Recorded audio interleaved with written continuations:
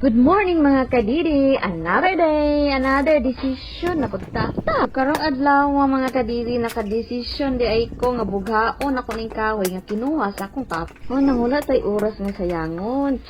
Bitaw naglingkod-lingkod abugod unta ko na sa balkon. Nakit-an man ako ng kahoy nga gisandig so nakadesisyon din ko nga pamutlo. Alangan kanun sa pamandeta mo lihok unya na mag-ulan unya na bughaon kung nabunukan na sa ulan musiga pa ba di. Mabasa na po na sa ulan mo problema na po tudo sa isugnod. Alangan mag-isugnod ang mga batiis akong mga kauban. Nang mulihok ito sa mga trabaho nga kaya nato dili kay magtanga rata perme. Basta gani mga lihokon nga kaya sa tong kamot kaya sa tong lawas birahan nato na dita maginarati kay di man taan na presidente. Karon kay bakasyon naman so dire sa mi magpuyo sa bukid pa kay para iwas gastos gasol dito sa lungsod.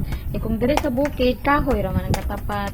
So di na ta magasto palit gasol petera nang malang gasol karon. Magkugi na lang kita diri nga nagpuyo sa bukid magkugi tag panga. Galing kahoy na ara bagyo ni sa palibot na ara ni daghan kay ilalom sa kalubian kung buot lang hunaon so tipid kaayo ang mahimo. Na kung panahon sa tag-init banat gyud panguhag kahoy di magkinapulan o aya ra pod mulihok og kanang moabot ng ulan. Pag guman ako bugaan ay mga kadidi ako na po ning gihakot paingon dito sa kusina. Kanan nyo nakita mga kadidi ako anang busi. Dili na ko napalihokon mga kadidi kay ako ginang pinangga so kay nako na. Pag maura to mga kadidi human na tipo sa tong kahoy.